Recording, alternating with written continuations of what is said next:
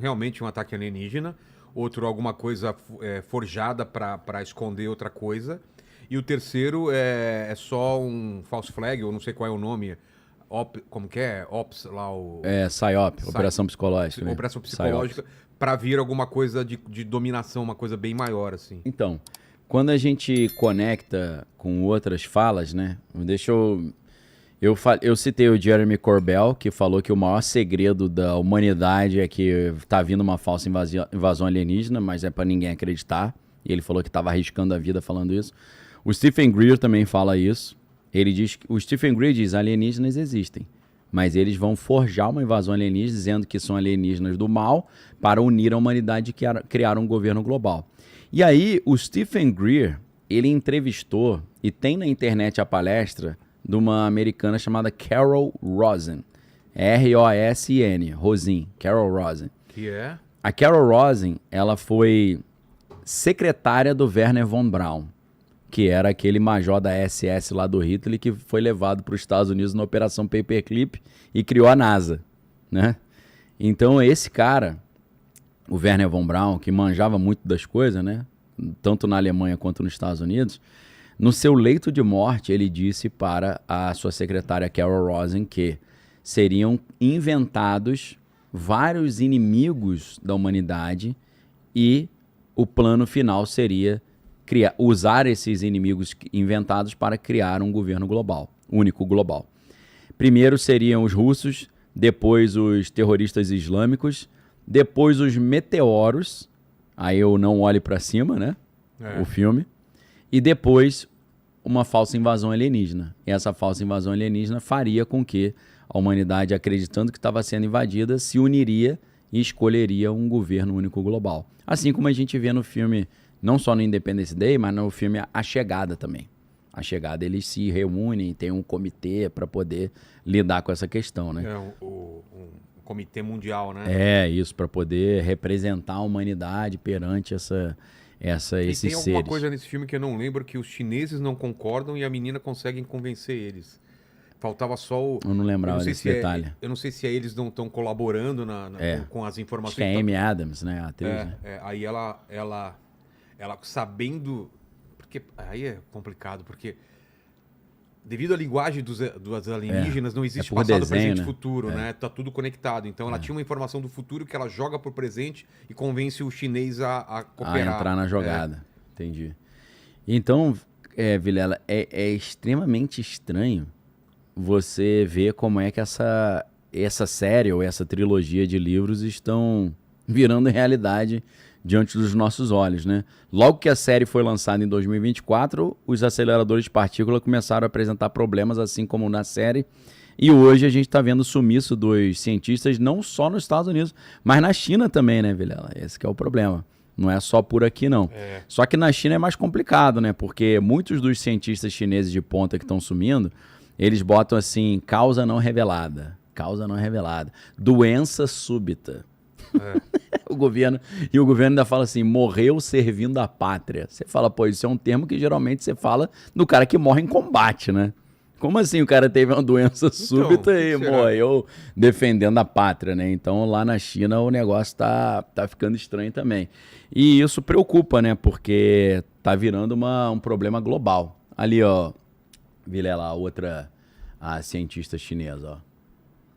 Trabalhou nos Estados Unidos, ó, na... Morte por suposta doença, trabalhou no Wright State University em Ohio antes de retornar à China para se juntar e tal. Caramba. Você vê que... Ué, mais de um? Eu achei que era um só. Não, rapaz, acho que na China são 11. Ah, mano. Nos Estados Unidos são 15. Tá muito estranho isso, velho. Tá, pô.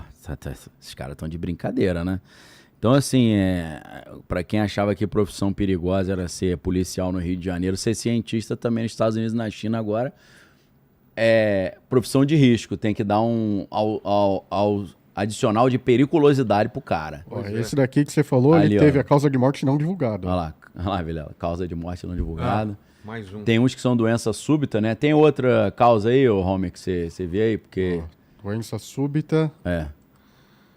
Morto em acidente de carro. Acidente de carro. Vários morreram em acidente de carro. E aí eu levantei uma outra hipótese.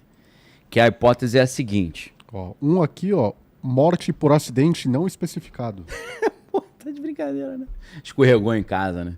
Se você puder, Homer, me ajuda nessa missão aí, ó. Bota aí no Google. Car, que é carro em inglês. Hack, H-A-C-K. Car hack, hackear carro. Tá. Wired. Wired é W-I-R-E-D. Wired. Car hack, Wired, que é a revista. Eu não sei se serão os primeiros links, mas vai aparecer um link que só que tá em inglês. Vai falar assim, desligar o carro. Deixa eu ver aqui. Desce um pouquinho ali.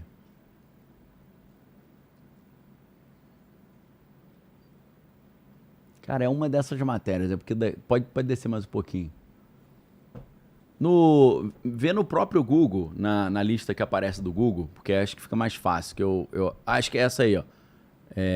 Essa aí que tem os dois caras na frente do carro. Só que essa é a continuidade da matéria. Depois você me diz de quando que eu não estou conseguindo enxergar aqui. Se é 2007, 2009. Vê essa aí, ó.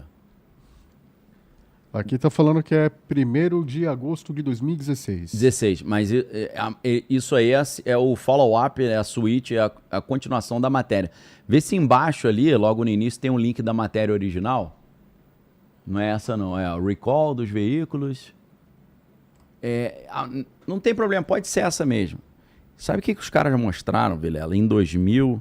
Se você falar 2016, são 10 anos atrás. Mas a matéria original acho que é de 2009. O cara estava dirigindo um carro, vou nem falar a marca, tá escrito ali para não prejudicar a marca. Estava dirigindo o carro e o cara, à distância, hackeou o carro e desligou o carro no meio da autoestrada. O cara apertou um botão, o carro desligou. Eles conseguiram desligar o carro, acelerar o carro, frear o carro, aumentar o ar-condicionado, desligar o ar-condicionado, ligar o aparelho de som, aumentar o volume do aparelho de som. Isso a gente está falando, Vilela, em 2016, 10 anos atrás. E era uma época que os carros, smart cars, os carros inteligentes, não eram tão comuns quanto hoje. Esses carros super conectados, né? Sim. Então, Vilela, esses montes de cientistas chineses morrendo em acidente automobilístico, eu não descarto a hipótese que alguém está hackeando o carro dos caras. Porque lá você viu lá que os carros são tudo elétrico, conectado, ligado na internet. Carro autônomo, né? Autônomo. Que você pega um táxi e vai... O cara pega o carro e enfia o carro numa árvore mesmo. Dá uma hackeada, pá. Entendeu? Inclusive nos Estados Unidos teve um caso de um jovem cientista da NASA, um garoto que com 26 anos era chefe de um departamento da NASA lá, 26 anos. Você vê como é que o moleque era gênio. Esse garoto sumiu de casa, deixou também a carteira, o celular. Ficou 4 horas parado no aeroporto, dentro do carro, sem fazer nada. Depois saiu do aeroporto, as câmeras mostraram. O carro dele apareceu queimado, bateu numa árvore, pegou fogo. E o fogo foi tão intenso que quase que impossibilitou o reconhecimento que o cara foi carbonizado. Caramba. Ali. Foi cremado. Então aí, se a gente quiser entrar em outras especulações... E vários desses cientistas... Pelo que eu vi, não foi só uma, não. Foi mais de uma pessoa. Deixaram claro assim, ó, se eu sumir ou morrer, não fui eu. Eu não tirei a vida. Sabendo que estava correndo risco ou com alguma ameaça, né? Exato. Uma das que sumiram, porque esses sumiços começaram em 2023, 2022 ainda. Quando você pega e diz que nos Estados Unidos tem 15... Os caras falam, Fusquinha 67 é mais seguro hoje em dia. Qual é teu carro? Pra hackear é mais difícil. É seguro, né? Meu carro é aquele carro da Estrela importado que tem nome de mulher. É verdade. Estrela? É o carro da Estrela importado que tem nome de mulher. Estrela com a empresa de... Aquela empresa Não, de... Não, é a Jaque. Hã? A Jaque. A Jaque Motors. É que a galera geralmente fala que sim, que o carro importado da Estrela pensa que é Mercedes-Benz. Né? Exato. Não, a minha é Jaque. A Jaque também tem uma estrela? É, estrela. Ah, tá. Então, a diferença é que é a estrela de 5 pontas, né? Tá, entendi. Eu achei que ele tava zoando, falando Estrela, aquela marca de brinquedo antiga, eu lembra? Também, cara. A primeira impressão também foi da Estrela. Depois eu me liguei, não, ele tá falando da Mercedes, mas não é Mercedes. É porque a gente é mais antigo que o Homer é garoto, ele não lembra dessas coisas. Não tem mais Estrela, né? Não, cara. Mas o pessoal fala, né? O meu carro é o Mercedão, é o ônibus Mercedes, né? O Mercedão de 40 lugares, né? Exato. Então, Vilela, eu não duvido nada que os caras hackearam o carro desses malucos aí e jogaram o carro lá de cima do penhasco. Cara. Aí, é claro, se a galera quiser ouvir algumas teorias da conspiração, lembra daquele louro lá do Velozes e Furiosos que morreu num acidente de carro? Esqueci o nome dele. Paul Walker. Paul Walker. Dizem que ele estava prestes a produzir um documentário sobre comércio de pessoas menores de idade e comércio dos órgãos dessas pessoas. E aí a teoria especulativa que existe é que hackearam o carro dele, botaram em alta velocidade e fizeram o carro bater no muro, num poste, né? Numa árvore, né?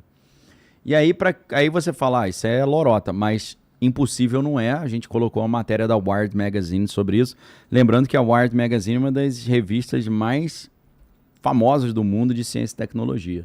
Eu vejo bastante conteúdo nas redes sociais que eles têm agora um aplicativo que ele está sincronizado com uma peça do carro, porque a grande maioria dos carros eles são aceleradores eletrônicos. Então, pelo próprio celular, você consegue também controlar o torque do motor, se o motor ele vai ficar mais rápido, tudo pelo celular. E isso também Loucura, hein? pode ser invadido, né? Então, eu já vi casos também na Wired Magazine do cara que hackeou o avião. Mas ele tinha que estar dentro do avião. Avião grande. Avião de passageiro. Ô, louco. O cara hackeou o avião pela porta de carregamento de celular USB. Ele meteu um USB ali entrou e conseguiu acessar o sistema. Que assustador. Né? Mas o cara falou que é possível hackear à distância também. Porque o cara, para ele hackear o avião e jogar o avião no chão, ele tem que ter um espírito kamikaze, né? Aí você vai falar, poxa, é aquele mesmo problema da mala do passageiro que não entrou no avião, mas a mala dele foi, né? Você fala, pô, isso aí pro cara ter jogado, soltado uma bomba lá é uma maravilha, né?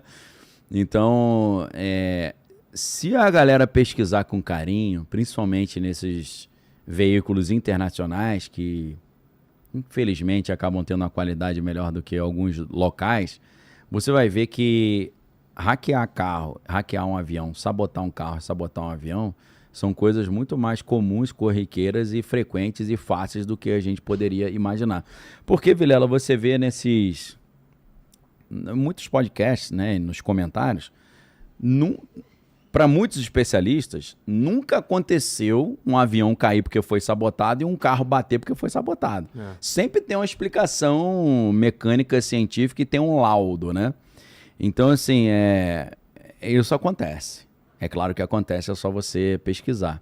E aí, Vilela, falando em enganos, se você quiser, a gente pode tratar também da nova tentativa de tirar a vida do presidente Donald. Exato. O que você acha? Estranhíssima, cara. Tiraram o vice antes dele. Sim, tem aquela... que é fora do protocolo total. Aquele ilusionista com aquele papel... Osper. Exato. Tem bastante coisa. Botou o papel com o nomezinho Vivian. Vamos antes... Tem mais perguntas sobre o desaparecimento, antes de a gente mudar de assunto? Eu vou fazer um xixizão também, senão já manda aí. Tem aqui uma pergunta da Fernanda Almeida. Ela fala assim, Daniel, você é demais. Em todo esse cenário, como é que fica a Área 51? Estão quietinhos, ninguém mais fala a respeito. Então, a Área 51, ela é fundamental, inclusive... A Área 51 se populariza quando no final dos anos 80 o Bob Lazar, que teria trabalhado lá, começou a aparecer na mídia fazendo denúncias do que havia realmente lá. E ele teria feito isso porque foi ameaçado de morte e ele veio a público para se proteger como se fosse um seguro de vida. Tipo assim, se me matarem foi a galera lá da Área 51 que me matou. E eles chamam de a Área 51, os termos técnicos que o Bob Lazar usa são Groom Lake e S4, né? Que é o nome que eles usam mais internamente. Então, é importante também lembrar, depois você vê se você encontra aí pra gente, Homer, o documentário novo do Bob Lazar que saiu. Eu não assisti ainda, tô doido para assistir. E teve também o documentário Age of Disclosure também, que eu não consegui assistir ainda. Eu acho que até o nosso amigo Rony Vernet também soltou um documentário novo aí que eu também não consegui assistir ainda. Então, tá cheio de material legal aí pra quem gosta desse assunto pra assistir. Eu não sei se alguns desses estão em streaming ou você tem que pagar. Então, eu vou atrás também, porque depois tu pesquisa aí. A entrevista no Joe Rogan, né, com o Bob Lazar explodiu, né, pra lançamento desse filme, né? Recente agora? Recente agora, né? Cara, eu não vi essa recente, cara. Ó, vou te falar. Ali, ó. The Bob Lazar Story. Por isso, aí, viu? O nome da parada é S4, né? Que é o nome que eles chamam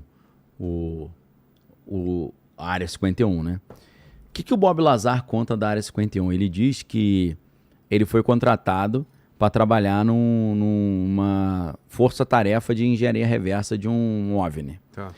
E que ninguém entendia como é que ele funcionava exatamente. Porque não tinha fios conectando os controles, né? Era uma conexão meio neural, assim. Você sentava na cadeira e se conectava à máquina como se a máquina fosse meio viva também.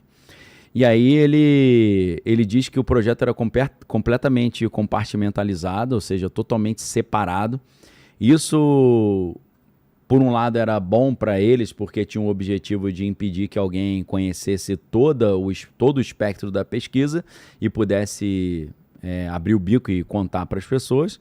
Mas, por outro lado, atrapalhava o desenvolvimento da pesquisa, porque você não poderia interagir com os cientistas das outras áreas, né? E aí ele sabia o dia e a hora exata que eles faziam os testes com as naves. Porque eles conseguiam pilotar as naves, mas ele não sabia exatamente como ela funcionava. Que é tipo a gente, né? Que a gente vive dentro de um corpo humano e a gente não sabe exatamente como ele funciona. Mas a gente tá usando. E a nave devia ser super amigável, assim, os controles. Uma coisa intuitiva, mas ele não sabia exatamente como é que funcionava. E aí, o que aconteceu? Ele começou a levar uns amigos para fazer um churrascão e mostrar as naves voando, né? Até o dia que eles foram enquadrados pelo sistema lá de segurança e começaram a queimar a reputação do Bob Lazar. Os registros dele ter estudado no MIT foram desaparecidos. Isso não é muito raro de acontecer, de sumir com o histórico do cara. Todo mundo fala nunca. O cara que era teu colega de quarto que via você todo dia fala, não sei quem é, nunca vi. Só que ele levou o jornalista, que eu esqueci o nome do jornalista, que trabalha muito com o Jeremy Corbell hoje em dia. É um jornalista sério, investigativo. Ele falou, quer que eu te prove que eu trabalhei nesse projeto? Ele chega na empresa onde todo mundo dizia que ele nunca tinha trabalhado, o segurança fala, e aí, Bob, beleza? Ele tipo, ninguém conhece, Não, ele saiu entrando na empresa, mostrou a empresa toda, falou, esse corredor aqui todo vai dizer que minha sala era essa, galera, aí, beleza? Mano. E aí, Bob?